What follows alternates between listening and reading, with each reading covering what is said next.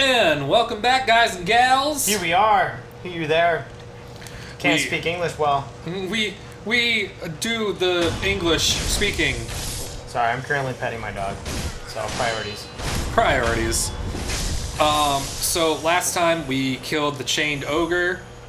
He's a bitch of a boss, especially when you don't know what you're doing. I mean, since you beat the game so much, this would be kind of like a cool, let's run through. I mean, yeah, I can go through this game pretty quickly now. I don't want to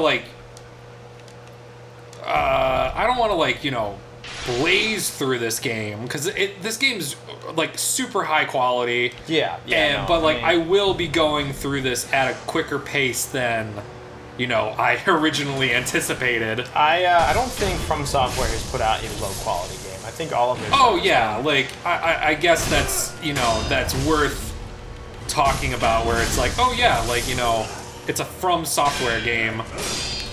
I'll say this: Dark Souls 2 was definitely not the greatest one in the bunch because Miyazaki did not work on that one. That was not something that he had. He was producing it, but he did not have overall control of it. That's why it's kind of the weaker of the three. But it's still a very good game. I still really enjoyed playing it. I think people give Dark Souls 2 a bad rap, just because of how linear it is. Yeah. Which, yes, it is a super linear game, but you can just tell it's not a Miyazaki game when you play it. You can just tell, because everything seems a little janky, just a little bit formulaic. Where Dark Souls 1. Honestly, Dark Souls 1 has to be in my top 5 of greatest games I've ever played. Because it just kept going, and it was just a pure adventure game. You just didn't know what you were going to get in the next fight. You just didn't know what you were going to go up against. That and the fact that I beat it up in my cabin in the North Woods, where it's super dark and scary. So that also added just a cool element for my side of it. that is very true. Probably doing this in a secluded area, yes, would give especially a game like Dark Souls such a different atmosphere. Yes, it's a very creepy atmosphere. When you're going through the hell portion of Dark Souls, when you're going down into the crypts and stuff, and it's dark, quiet, and all you can hear is the rustling trees outside. It gives it a whole nother sphere of influence. So, did you ever go down there in your playthrough? No, but I know what it does. Okay, so we will go do that later in the game because we are definitely not prepared to do that. There's a side boss, a little mini boss down there that will basically fuck us up at this point in our playthrough. Oh yeah? Huh. Yeah, it's just not worth going down there at the present moment. All right. Who is? Was it a guy across the bridge? No, you know what? There are lizards over here, little lizard enemies. Oh. You're spooking the lizards, Jake. Yeah, so I was like, who the hell is gonna attack us down here? So this area is pretty cool. This is a fun part. Our friend Cody will never buy this game specifically for this part. Yep. Because you guys will see. Yep. I'll just kind of let it happen. No spoilers here. There's a giant ass snake. There's a giant albino snake. He is pretty terrifying. Pretty terrifying. He will kill you very quickly. I mean, dude, if those things were real, humans would not rule the earth. We would not be there's no way. There's no way. I don't care what you have in your arsenal. That thing will destroy you. Yeah, it's that thing. We're dying. That thing's killing us. So yeah, we're basically in a little stealth section right now, trying to get past this guy. And so quiet down your thoughts; they're too loud.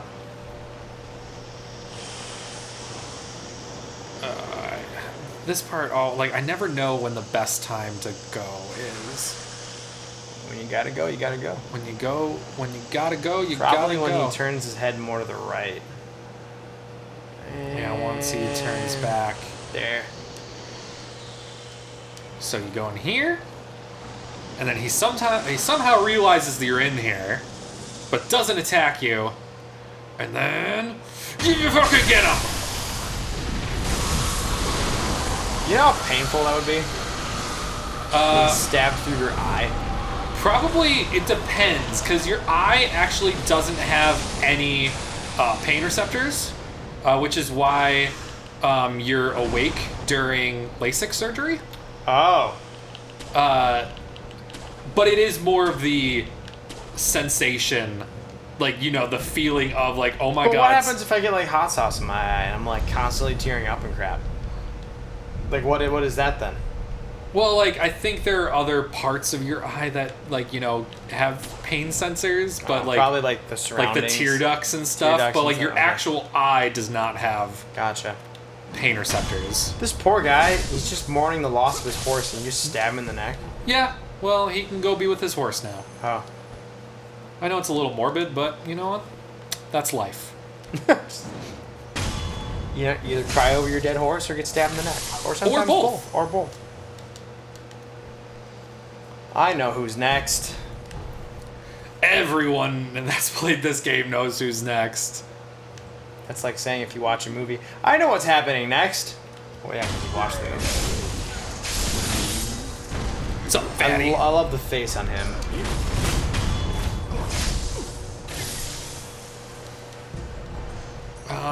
So what were we just talking about? We're going over our Japan stuff. We were, because in the last episode we talked about how we are going to Japan later this year. I was saying, like, there's like 2 or 3 things that I would like to do. The first one I think we can all agree on. We're all big Monster Hunter fans here. And there's a Monster Hunter bar in, God, where is it? I think it's in Akihabara. Yeah. It's it's a hidden bar. And they've got, like, if you've ever played Monster Hunter, they have desserts that are shaped like certain monsters, and you can buy like a gallon-sized mug that you fill with beer there, and I want to buy one so bad. That is definitely going to be like a trip gift for sure. The other thing I want to check out is, have you ever seen the Robot Cafe? The Robot Bar? Yeah, I've watched videos of it. I want to go to that so bad. I'm going to be like, my sensories are going to get blown out, but it's going to be so much damn fun.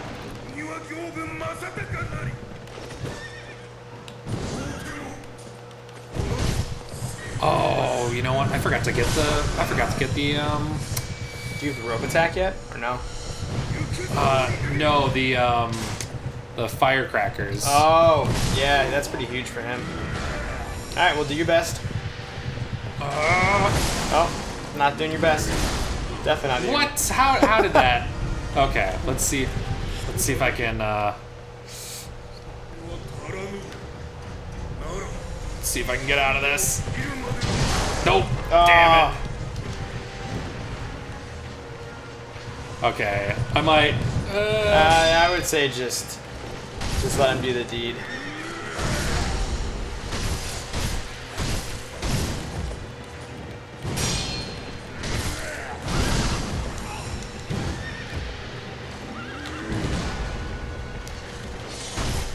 Yeah, because you get another ability in this game that gives you firecrackers, and it, you know, stuns horses and other animals, and it's usually a very good thing to have in this. But yeah, I think I did it. I think my very first time I beat him without using the firecrackers, so it's like I think I can do it again.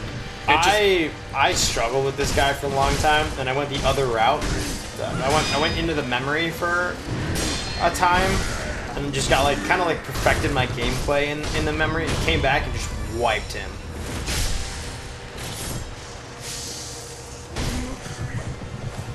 You will not take this Gyobu's head. Gyobu. I think that's supposed to mean the demon, because his nickname for the army is the demon. The demon.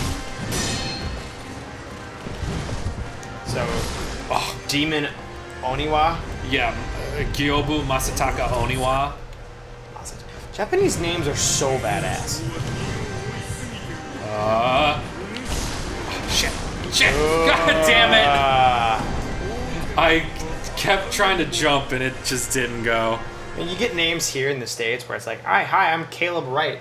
My name's Derek. Yeah. Yeah. But you get his name. Gyobu Masataka Oniwa. Like, come on, that's so much better. That is significantly better. Significantly better. I know where I can go. I gotta go this way. Oh, what's up, party boy? Yeah, I made sure to tire the crap out of him today. So he got an hour of sprints yesterday at the dog park. Then he got a full day of daycare today. And then full day being like 10 hours. And then I took him back to the dog park after I picked him up to give him another hour of sprinting. And then I just fed him a bunch of food. So he's just like comatose into a food coma right now. He's just out of it. It's my recipe for success with my dog. I found like the greatest dog park too. Like this dog park, dude, is amazing. It's like 5,000 square feet. What? That's crazy. It's huge. It's huge. You could have like an entire soccer length game in this dog park. It's huge. That's awesome. And then like on the side even is like a whole like agility course they have where you can like bring your dog in there, do jumps. For those who don't know what agility is for dogs, it's like all of the poles they weave in between, the jumps they go over, the teeter-totters. Basically anything on the dog show. Yeah, pretty much. Or the puppy bowl. The puppy bowl every year. Okay, so I got the firecrackers. That'll make that fight significantly easier. And I can upgrade my gourd. My gourd seed. Your gourd seed. Let's see. Fit new prosthetic. Like, people are gonna watch these few episodes that, like, compared to like the earlier ones where the pacing is like a little bit slower. This one's just lightning fast. Yeah, you've already killed like one boss in the last episode, and you're like doing like a boss per episode now. Yeah, essentially. It's fine. I mean, that won't be the case because like right now in the beginning it's boss packed pretty heavily, but like towards the middle I imagine it's... The middle is a little bit like there's a lot of bosses in this game, but there's a lot of mini bosses, and like there is a lot of like main bosses too, but they are like fairly spread out. It's not like you're going from one boss room to the next boss room. Yeah. Like, there is some continuity to where everything, like, oh, like, this boss is here, this boss is there. You know, I'm going to use this guy. So the item I'm using now gave me back my, like, resurrection power. I don't need that. I'll do that. Give you back your resurrection power? Yeah, so... I thought you already had it. I do, but you get two. So you get one automatically, like every time you, like, you know, you rest, or obviously if you die. Mm-hmm. But then the second one, if you use it, you have to, like, get it back. Like, you have to, like... Oh, so it's kind of like... It's kind of like this version's of the like collecting your souls, basically, but it's more yeah, so sort of. It's just more so in like replay instead of like currency, because no matter what, if you die, you lose half your currency. You're not getting it back.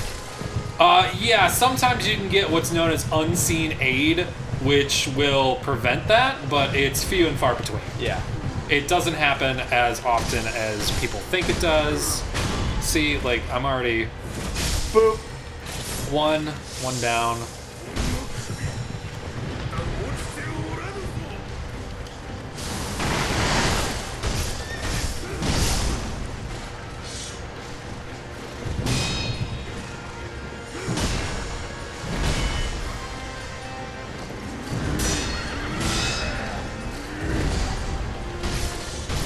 Sorry, folks, we're focusing right now. Yeah, I'm doing a pretty big focus right here.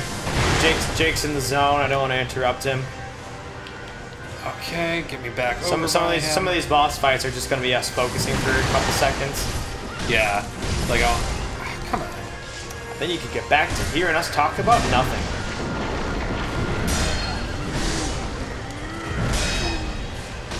And got it. And oh, come on! You're so close. You got him.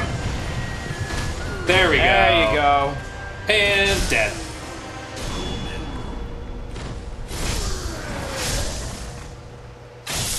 Ooh. I'm glad you don't kill his horse. Yeah, but then his horse just kind of fades away too. Like, I don't really understand that. Oh yeah, so we get to upgrade our things now. Okay.